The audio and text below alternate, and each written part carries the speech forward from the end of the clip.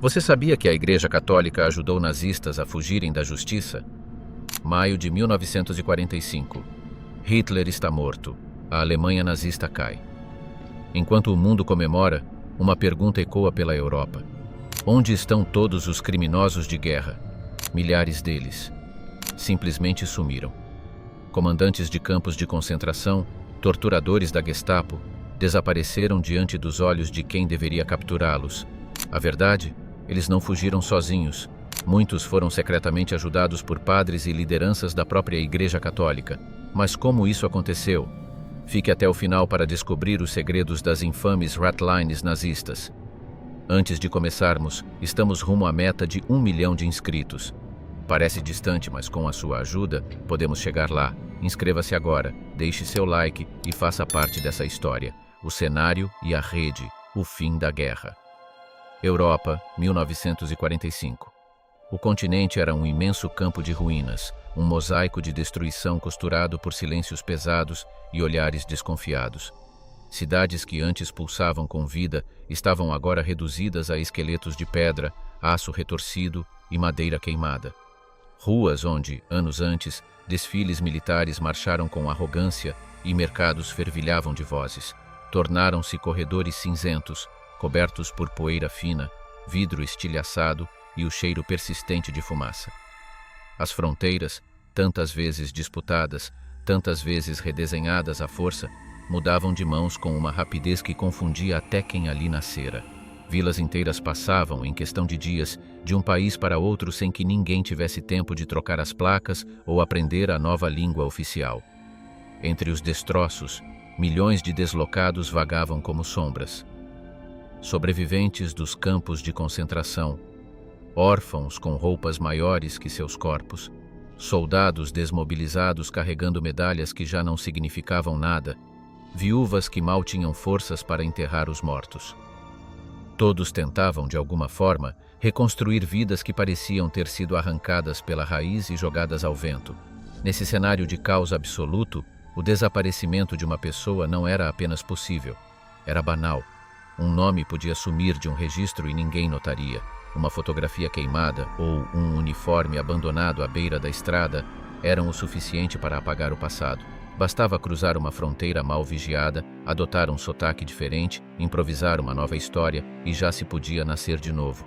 Não no sentido espiritual, mas no mais prático e frio que a sobrevivência exige. Para muitos nazistas, essa conjuntura foi uma bênção sombria, uma segunda chance que o mundo jamais deveria ter oferecido.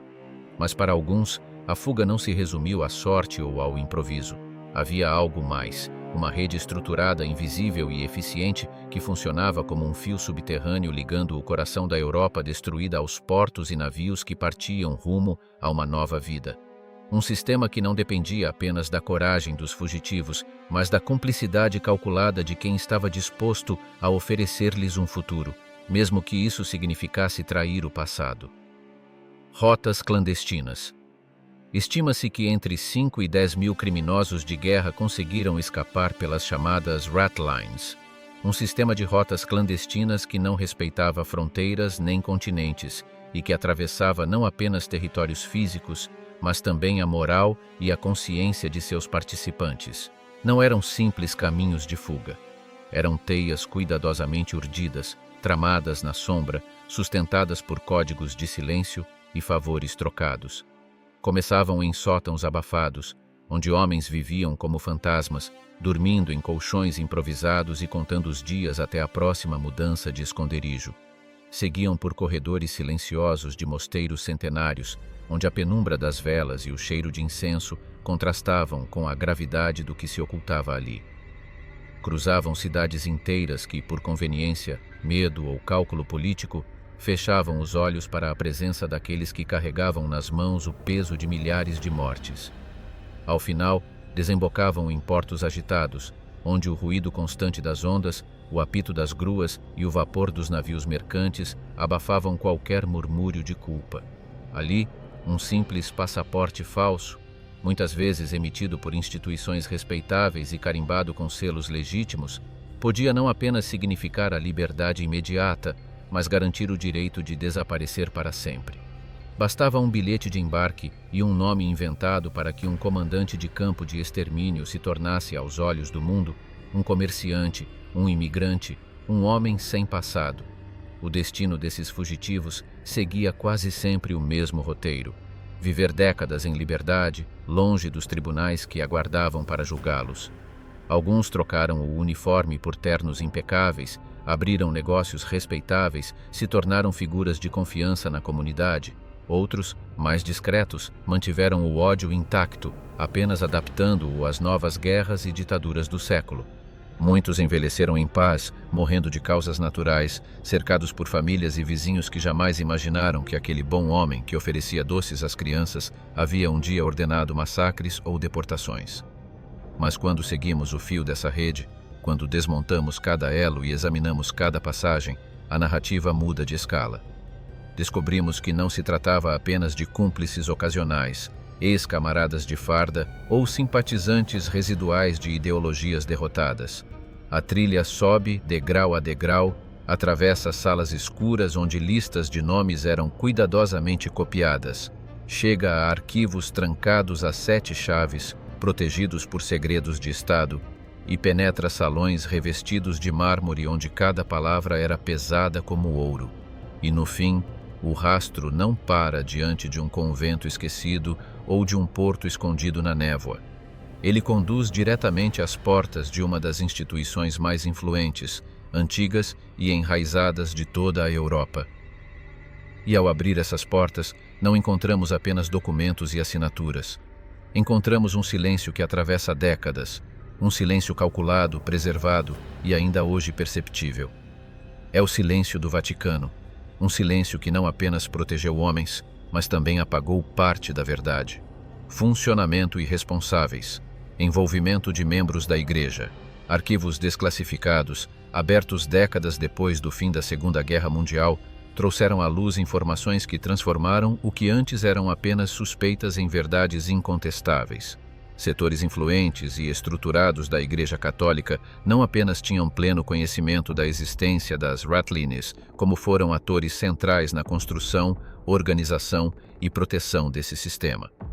Eles ajudaram a desenhar as rotas, financiaram trechos estratégicos e ofereceram abrigo seguro e assistência logística aos homens que delas se beneficiavam. O que inicialmente parecia ser resultado das ações isoladas de religiosos simpáticos ou coniventes, passou a se revelar como uma rede silenciosa, porém coordenada, que operava quase com a precisão de uma máquina militar, espelhando a organização das próprias forças que esses fugitivos haviam servido. No epicentro dessa engrenagem obscura estava um nome que hoje é inseparável dessa história: o bispo austríaco Alois Karl Rudal. Oficialmente, Rudal era um homem de Deus, respeitado teólogo, autor de livros sobre moral cristã e figura central para a comunidade católica germânica residente em Roma. Suas missas atraíam diplomatas, militares e civis influentes, e sua presença nos corredores do Vaticano era vista como a de um guia espiritual culto, erudito e influente. Contudo, por trás das imponentes paredes de pedra do Colégio Teutônico, instituição que servia de sede para os alemães e austríacos no Vaticano, seu papel era muito menos sagrado. Rudal tornara-se o guardião e protetor de alguns dos piores criminosos que o século XX produziu, uma sombra entre a luz, uma mão invisível que conduzia homens para longe da justiça. A justificativa que Rudal apresentava para suas ações era envolta em uma retórica de compaixão, perdão e redenção. Ele afirmava estar apenas oferecendo uma nova chance para ovelhas desgarradas, almas perdidas que buscavam um caminho de volta à luz. Na prática, porém, sua batina funcionava como um salvo-conduto, blindando-o de suspeitas enquanto distribuía passaportes da Cruz Vermelha, documentos oficiais que garantiam uma aparência de legitimidade, envelopes recheados com dinheiro vivo para as necessidades imediatas dos fugitivos e instruções minuciosas para travessias seguras pelas fronteiras europeias e portos discretos. Conhecia detalhadamente as estações de trem onde a vigilância era menos rigorosa, os postos de fronteira que podiam ser ultrapassados mediante um documento corretamente preenchido e uma bênção discreta, os portos onde marinheiros e funcionários fechavam os olhos para vistos carimbados com datas e nomes alterados. O caso do comandante Franz Stangl, responsável pelo campo de extermínio de Treblinka, é um retrato preciso desse sistema perverso. Stangl, cuja assinatura esteve diretamente ligada à morte de centenas de milhares de pessoas, deixou a Áustria sob uma identidade cuidadosamente forjada. Após uma série de deslocamentos furtivos pela Europa em ruínas, chegou a Roma, onde foi recebido pessoalmente por Rudolf. Ali, obteve um passaporte emitido pela Cruz Vermelha, validado pelas conexões certas dentro do Vaticano. Sua rota o levou inicialmente à Síria, onde viveu sob um nome falso, antes de atravessar o Atlântico rumo ao Brasil. Por mais de uma década, passou despercebido trabalhando como mecânico em uma fábrica, levando uma vida aparentemente comum, até ser finalmente reconhecido e preso em 1967. A lista de criminosos que usufruíram dessa rede é longa e perturbadora. Klaus Barbie, o carniceiro de Lyon, tristemente célebre por suas sessões brutais de tortura e assassinatos requintados de prisioneiros, fugiu para a Bolívia graças a documentos expedidos por padres e bispos. Adolf Eichmann, o cérebro logístico por trás da solução final, viveu durante anos na Argentina com uma identidade cuidadosamente escondida, enquanto seu verdadeiro nome era um segredo apenas para poucos. Joseph Mengele, o anjo da morte de Auschwitz, responsável por experimentos médicos cruéis em crianças, cruzou o Atlântico e morreu livre nas praias do litoral paulista, seu corpo levado pelo mar antes que a justiça pudesse alcançá-lo. Ante Pavelić, ditador croata responsável por massacres em massa contra sérvios, judeus e ciganos, encontrou refúgio em mosteiros católicos protegidos por votos de silêncio antes de partir para a Argentina e viver sob a proteção de uma rede de simpatizantes. Esses nomes representam apenas a ponta visível de um iceberg sombrio. Para cada Stangl, Barbie, Eichmann, Mengele ou Pavelić, havia dezenas, talvez centenas, de homens menos célebres, mas igualmente responsáveis por atrocidades que desapareceram no labirinto de túneis, corredores e rotas secretas que ligavam a Europa devastada a novos lares espalhados pela América do Sul, Oriente Médio e até mesmo para regiões menos suspeitas.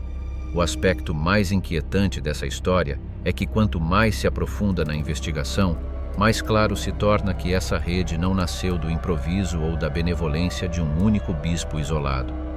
Alois Rudal foi apenas uma das faces visíveis, e provavelmente uma das mais conhecidas, de algo muito maior. Uma engrenagem institucional que, com silêncio e cumplicidade, sustentou esse sistema de fuga e proteção. E, inevitavelmente, essa trilha nos conduz ao centro do poder e do segredo, aos corredores silenciosos e às câmaras lacradas da cidade do Vaticano, onde reside um silêncio calculado, ainda hoje alvo de debates e acusações. Razões. Mas por que a Igreja ofereceu essa ajuda? A pergunta atravessa décadas e ainda incomoda historiadores e fiéis. A verdade é que não existe uma única resposta, mas sim um conjunto de motivações, algumas políticas, outras espirituais e muitas simplesmente pragmáticas. Pesquisadores identificam pelo menos 5 razões centrais que, combinadas, criaram o terreno perfeito para que as Ratlines prosperassem. A primeira é o anticomunismo radical. Afinal, para grande parte do clero europeu, a derrota militar do nazismo não significou o fim da maior ameaça à fé cristã. O inimigo que agora se erguia era o comunismo soviético, ateu, expansionista e decidido a minar a influência da Igreja em todo o continente. Nos círculos mais conservadores, formou-se uma lógica gélida. Um ex-oficial nazista, desde que fervorosamente anticomunista, poderia servir melhor aos interesses de Roma do que um democrata laico.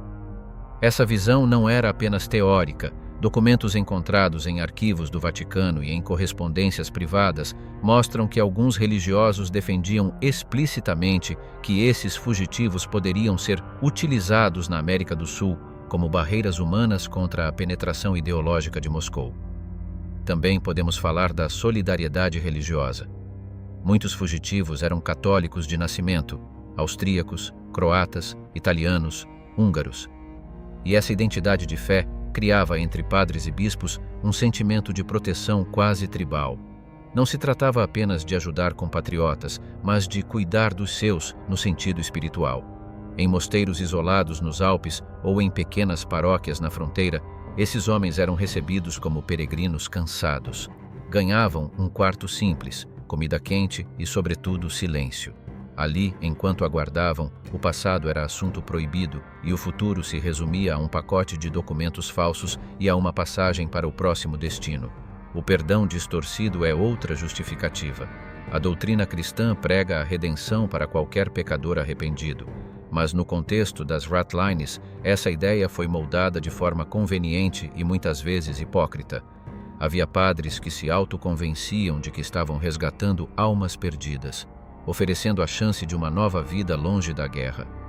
Na realidade, a maioria dos fugitivos não demonstrava arrependimento, apenas medo da prisão ou da forca. O confessionário, nesses casos, funcionava menos como um espaço de absolvição espiritual e mais como uma sala de negociações. Também temos que citar o poder diplomático da Igreja. Lembre-se que o Vaticano, como Estado soberano, detinha uma rede de contatos e privilégios diplomáticos sem paralelo.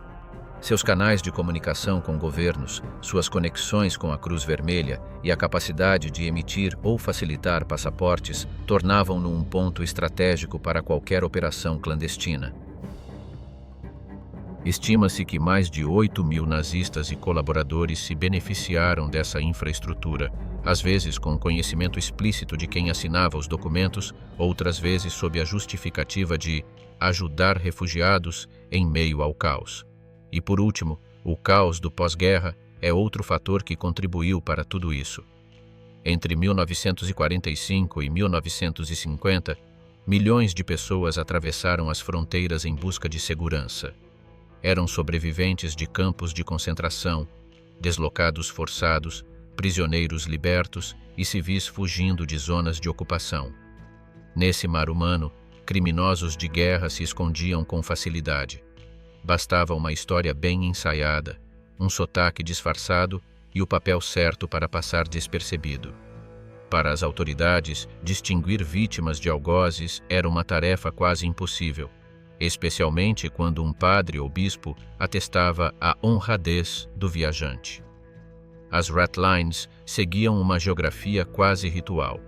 Partiam de cidades alemãs e austríacas, avançavam pelos Alpes em rotas estreitas, com paradas cuidadosamente planejadas em mosteiros e casas discretas, onde nomes e biografias eram trocados como se fossem roupas velhas. O destino final era quase sempre Gênova. Lá, nos portos movimentados, marinheiros e funcionários portuários já sabiam reconhecer certos passaportes e ignorar certas datas e carimbos em troca de favores ou donativos.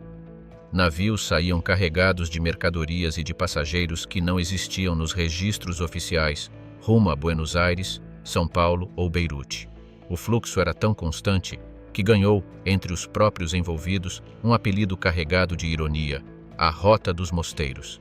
E no topo dessa rede silenciosa, ligando cúmplices, recursos e influência, estava um homem cujo silêncio durante o Holocausto já havia deixado uma sombra permanente sobre a história da Igreja. Um homem que, diante do maior massacre do século, preferiu pesar as palavras e preservar alianças, e que no pós-guerra se tornaria peça-chave na proteção daqueles que o mundo inteiro queria julgar. O que está achando do conteúdo? Nós já vamos continuar, mas antes, não se esqueça de se inscrever no canal, ativar o sininho das notificações para não perder nenhuma novidade e deixar o seu gostei para receber mais recomendações de vídeos como este, ok? Apoie o nosso trabalho. Comente, quero mais histórias. Assim, você nos motiva a continuar produzindo e nos ajuda a alcançar um público ainda maior. Tudo pronto? Então vamos entender qual foi o papel do Papa Pio XII em toda essa história. O topo da pirâmide. O Papa. Papa Pio XII. Para os fiéis de sua época, ele era o pastor angélico, um título que carregava a aura de um líder espiritual imaculado e protetor. Nas fotografias oficiais, aparecia envolto em luz suave, de mãos erguidas em gestos solenes, como se pudesse, apenas com sua presença e um aceno, conter o caos, a dor e o desespero de um mundo mergulhado na guerra mais brutal da história. Para seus admiradores e para muitos dentro da igreja, ele representava a voz da moderação, um guardião da neutralidade e da paz em tempos de incerteza e terror, aquele que evitava tomar lados para preservar a integridade da instituição e proteger os fiéis espalhados pelos países em conflito. Mas, para gerações de historiadores e críticos, seu legado traz uma mancha difícil de ignorar: a sombra escura de um silêncio conivente diante do maior massacre do século XX.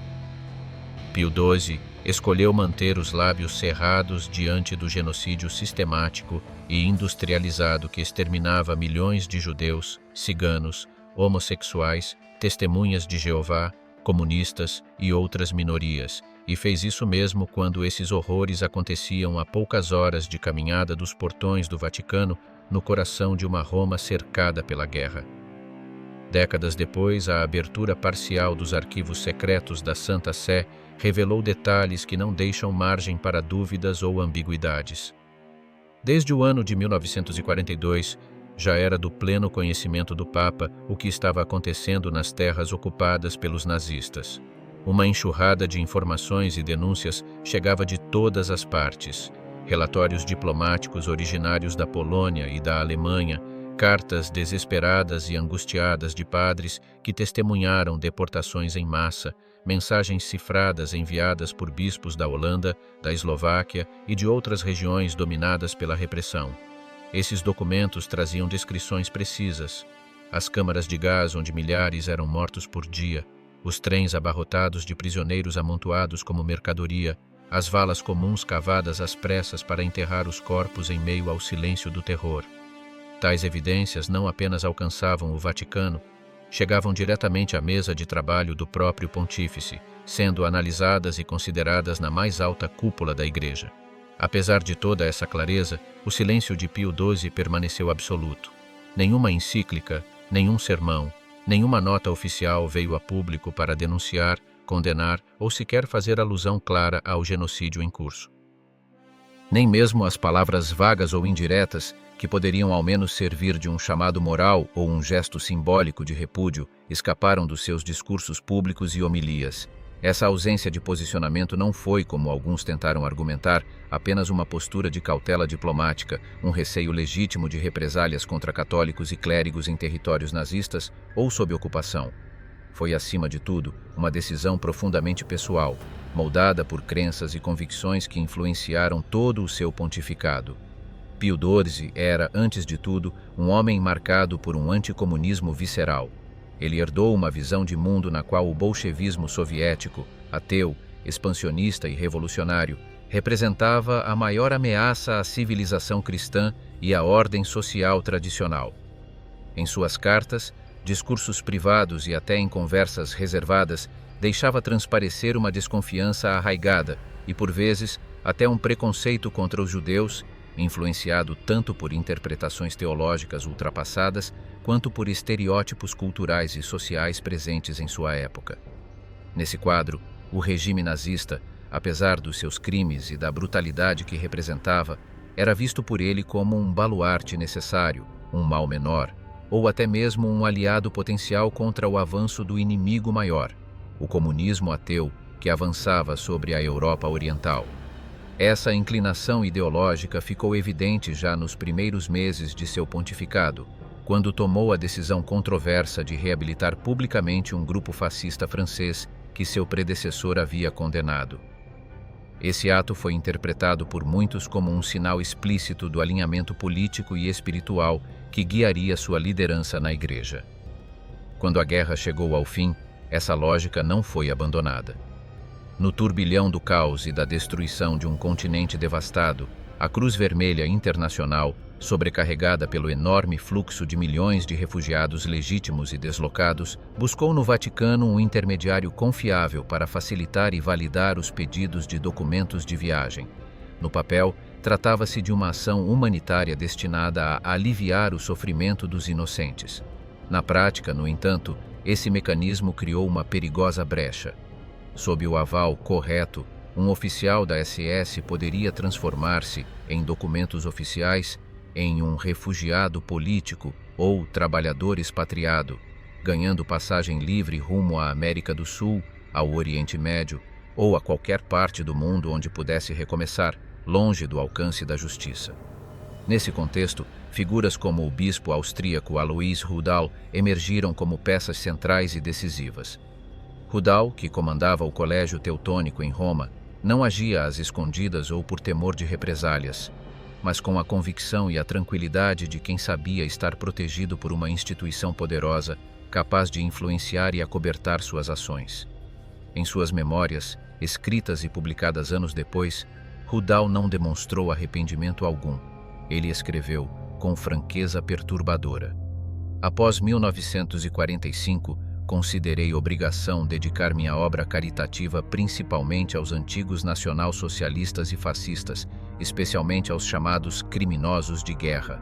Para Rudal e para os que compartilhavam sua visão, uma visão que misturava lealdade política, convicções espirituais e um conceito distorcido de moralidade, ajudar esses homens não era um pecado, muito menos um erro. Era um dever. Mas o paradoxo cruel dessa história é que entre as ovelhas desgarradas que ele e seus cúmplices resgatavam, estavam justamente aqueles que haviam sido pastores do Holocausto, arquitetos e executores de um genocídio sem precedentes. Impunidade e reflexão. As Ratlines não salvaram apenas indivíduos, elas preservaram métodos, redes de contato, ideologias inteiras e uma sinistra continuidade de violência. Eram muito mais do que meras rotas de fuga. Funcionavam como verdadeiros corredores subterrâneos de transferência de conhecimento, experiência militar e influência política. Os fugitivos que desembarcaram na América Latina não chegaram como sombras apagadas pelo tempo, mas como peças ativas e influentes em novos tabuleiros de poder, prontos para serem utilizados por regimes autoritários que viam neles aliados valiosos na luta contra aquilo que definiam como subversão e comunismo. Governos ditatoriais da região, famintos por quadros experientes em repressão e combate interno, abriram-lhes as portas não por ingenuidade, mas por um cálculo frio e estratégico. Aqueles homens, muitos deles antigos oficiais da SS, da Gestapo e da polícia secreta nazista, rapidamente se tornaram conselheiros militares de confiança, arquitetos de serviços secretos e instrutores de forças de repressão. Sob seu comando ou orientação, policiais e soldados receberam treinamentos rigorosos, aprendendo técnicas avançadas de contra-insurgência, operações clandestinas e métodos brutais de interrogatório e tortura. Eles transplantaram não só memórias de uma guerra brutal, mas uma mentalidade de guerra total, na qual qualquer adversário político, social ou cultural era considerado um inimigo absoluto a ser eliminado, física e moralmente, sem qualquer margem para diálogo ou piedade. Klaus Barbie representa um dos casos mais emblemáticos dessa transferência de terror. Após anos vivendo disfarçado no Peru e na Bolívia, Barbie estabeleceu-se confortavelmente em La Paz, contando com o apoio explícito das forças militares locais e até de serviços de inteligência estrangeiros. Atuou como consultor de segurança, transformando-se em um elo direto entre a brutalidade da Gestapo europeia e os métodos de repressão política que dominaram a América Latina nas décadas de 1960 e 70. Seu nome aparece repetidamente em relatos sobre operações clandestinas, desaparecimentos forçados e campanhas de terror contra opositores políticos. Investigadores e historiadores atribuem a ele um papel crucial na captura e execução de Ernesto Che Guevara em 1967, um dos momentos mais emblemáticos da luta contra as ditaduras na região. E Klaus Barbie não foi um caso isolado. Ex-membros da SS participaram da criação e administração de centros de detenção secretos